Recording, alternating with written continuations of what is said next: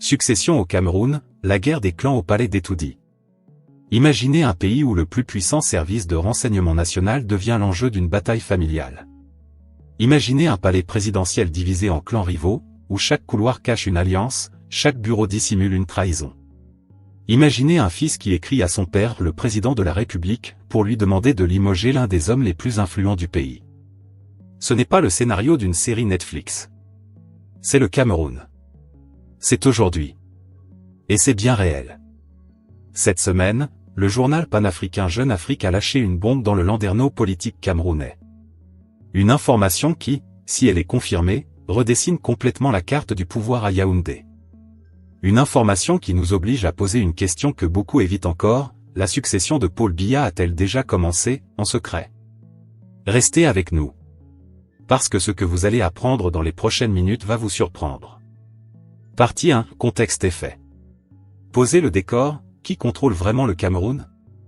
Pour comprendre ce qui se passe aujourd'hui au sommet de l'État camerounais, il faut d'abord comprendre une vérité fondamentale. Au Cameroun, le pouvoir ne s'exerce pas uniquement par les urnes ou par les décrets officiels.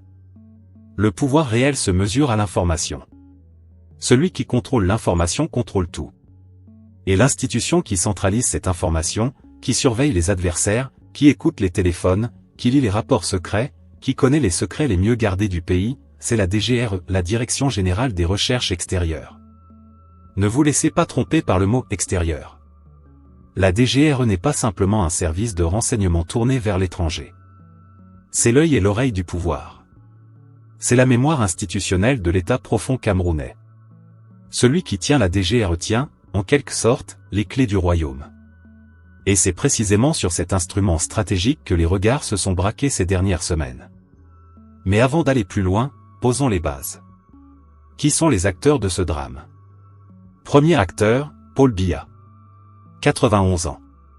Président de la République du Cameroun depuis 1982. L'homme qui a traversé les décennies, survécu à toutes les crises, résisté à toutes les tentatives de déstabilisation. Un homme dont le silence est souvent plus parlant que les discours. Un homme qui gouverne par l'équilibre des forces, en maintenant autour de lui des centres de pouvoir concurrents pour qu'aucun ne devienne trop fort. C'est sa méthode. C'est son art. Deuxième acteur, Ferdinand Ngo. Secrétaire général de la présidence de la République, connu sous le sigle SGPR. L'homme le plus puissant après le président. Certains analystes n'hésitent pas à dire qu'il est, dans les faits, le co-gestionnaire de l'État. C'est lui qui filtre les accès au chef de l'État. C'est lui qui signe les décrets. C'est lui qui orchestre les nominations.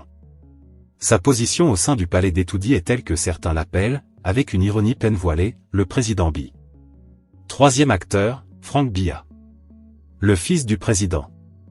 Homme d'affaires discret pendant longtemps, il est apparu de plus en plus sur la scène publique ces dernières années. Des meetings politiques. Des apparitions remarquées. Une montée en puissance progressive qui ne trompe plus personne. Frank Biya, selon de nombreux observateurs, prépare quelque chose. La question est, quoi, exactement? Et comment? Voilà le triangle. Voilà le décor. Mais ce n'est pas tout. Car derrière ces trois figures, il y a des réseaux, des alliés, des hommes de l'ombre. Et c'est là que l'histoire devient vraiment intéressante. Partie 2, le conflit. La guerre invisible au cœur du palais. Selon les révélations de Jeune Afrique, publiées cette semaine, Frank Biya aurait franchi un pas décisif. Il aurait écrit directement à son père, le président Paul Biya, pour demander le remplacement du directeur actuel de la DGRE. Prenons un moment pour mesurer le poids de cet acte. Ce n'est pas une rumeur de marché. Ce n'est pas une analyse d'un opposant politique cherchant à créer la polémique. C'est une lettre. Une démarche officielle, ou du moins formelle, d'un fils vers son père, pour réclamer la tête d'un des hommes les plus puissants de l'appareil sécuritaire du pays. Pourquoi ce directeur de la DGRE gênerait-il Frank Biya? Selon Jeune Afrique, le reproche est précis, le directeur de la DGRE serait trop proche de Ferdinand Ngo, le SGPR. À tel point que ce dernier contrôlerait tous les rapports produits par l'institution. En d'autres termes, les informations sensibles, les notes de renseignement, les analyses stratégiques, tout passerait d'abord par le bureau de Ngo avant d'arriver ailleurs. Pour Frank Biya, cela représenterait un problème majeur. Un problème existentiel, même. Car si vous aspirez à prendre un jour les rênes du pays, vous ne pouvez pas vous permettre que votre principal rival dans la course au pouvoir ait un accès exclusif à l'outil de renseignement le plus puissant de l'État.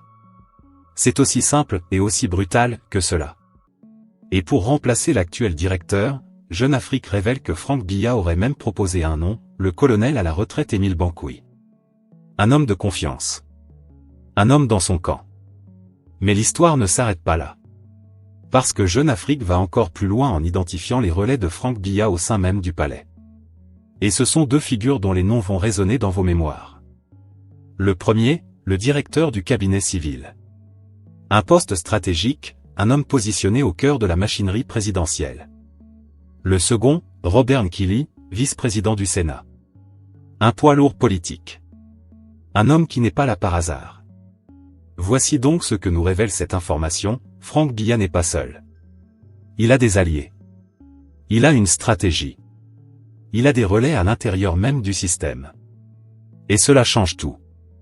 Mais attendez, parce que la réaction de Paul Biya à tout cela est peut-être la partie la plus fascinante de l'histoire. Partie 3, révélation et décryptage. Ce que les médias ne disent pas assez. Jeune Afrique précise que Paul Biya aurait refusé d'accéder à la demande de son fils. Une phrase simple. Mais qui dit tout? Paul Biya n'aurait pas cédé. Et pourquoi?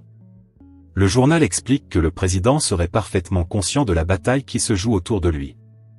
Une bataille qui, si elle se dévoile trop visiblement, pourrait compromettre la crédibilité des institutions, à commencer par la DGRE elle-même. Imaginez un instant ce que représente une DGRE dont tout le monde sait qu'elle est devenue l'enjeu d'une guerre familiale. Imaginez l'impact sur ses agents. Sur ses partenaires étrangers. Sur sa capacité à fonctionner. Paul Biya, dans sa sagesse politique ou peut-être dans son instinct de survie, aurait donc choisi de ne pas bouger. Mais voilà où l'histoire prend une dimension encore plus spectaculaire. Selon Jeune Afrique, face à cette tension, Paul Biya aurait fait appel à un soutien extérieur. Et quel soutien? La CIA américaine et, dans une certaine mesure, le Mossad israélien. Laissez ce fait s'imprégner dans votre esprit. Le président camerounais, pour gérer une bataille interne au sein de son propre palais, une bataille entre son fils et son secrétaire général, ferait appel aux services de renseignement les plus puissants du monde occidental? Si cette information est avérée, elle révèle plusieurs choses.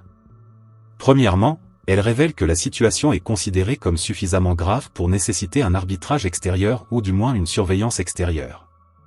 Deuxièmement, elle révèle les alliances profondes qui lient Paul Biya à certaines puissances occidentales. Des alliances qui dépassent la simple coopération diplomatique. Troisièmement, et c'est peut-être le plus troublant, elle suggère que Paul Biya ne fait entièrement confiance à aucun de ses propres services pour gérer cette crise. Ni la DGRE, dont le directeur est au cœur du conflit. Ni les autres institutions sécuritaires, peut-être trop infiltrées par les différents clans. Il se tourne vers l'extérieur. C'est là le signe d'un pouvoir qui, après des décennies de règne, se retrouve confronté à sa limite la plus intime, la question de sa propre succession. Maintenant, parlons de ces trois clans que Jeune Afrique identifie au palais d'Etoudi.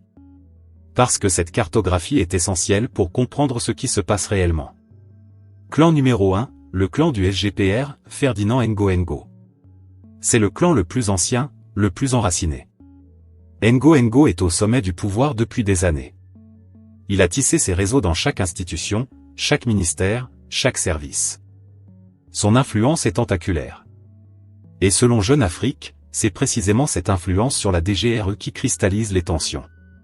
Clan numéro 2, le clan du directeur du cabinet civil. Un contre-pouvoir au sein même du palais. Un homme qui, selon les informations disponibles, serait aligné avec les intérêts de Franck Biya. Deux hommes à l'intérieur du même palais, qui tirent dans des directions opposées. Vous imaginez l'ambiance dans les couloirs d'Etoudi? Clan numéro 3, le clan de Babok, l'adjoint du directeur du cabinet civil. Une troisième force. Plus discrète. Mais présente. Et dans le jeu politique camerounais, les forces discrètes sont souvent les plus dangereuses. Trois clans. Un seul palais. Et un homme, Paul Biya, qui se retrouve au centre de ce tourbillon, à 91 ans, tentant de maintenir un équilibre de plus en plus précaire. Mais ce n'est pas tout. Partie 4, analyse satirique approfondie. La Camerounaise, la politique version telenovela. Permettez-moi maintenant de vous parler franchement. Pas comme un manuel d'histoire. Pas comme un communiqué de presse. Parlons vrai. Parlons camerounais. Parce que ce qui se passe au palais d'Etoudi en ce moment, mes chers compatriotes et amis de l'Afrique, ressemble beaucoup à ce que nous voyons dans nos quartiers quand un vieux chef de famille commence à vieillir et que ses enfants et ses proches commencent à se battre pour l'héritage, avant même qu'il soit parti. On appelle ça, en bon français populaire camerounais, le partage avant le départ. Et c'est exactement ce dont il s'agit ici. Analysons les choses avec un peu de recul satirique, parce que l'histoire mérite qu'on la regarde sans se voiler la face.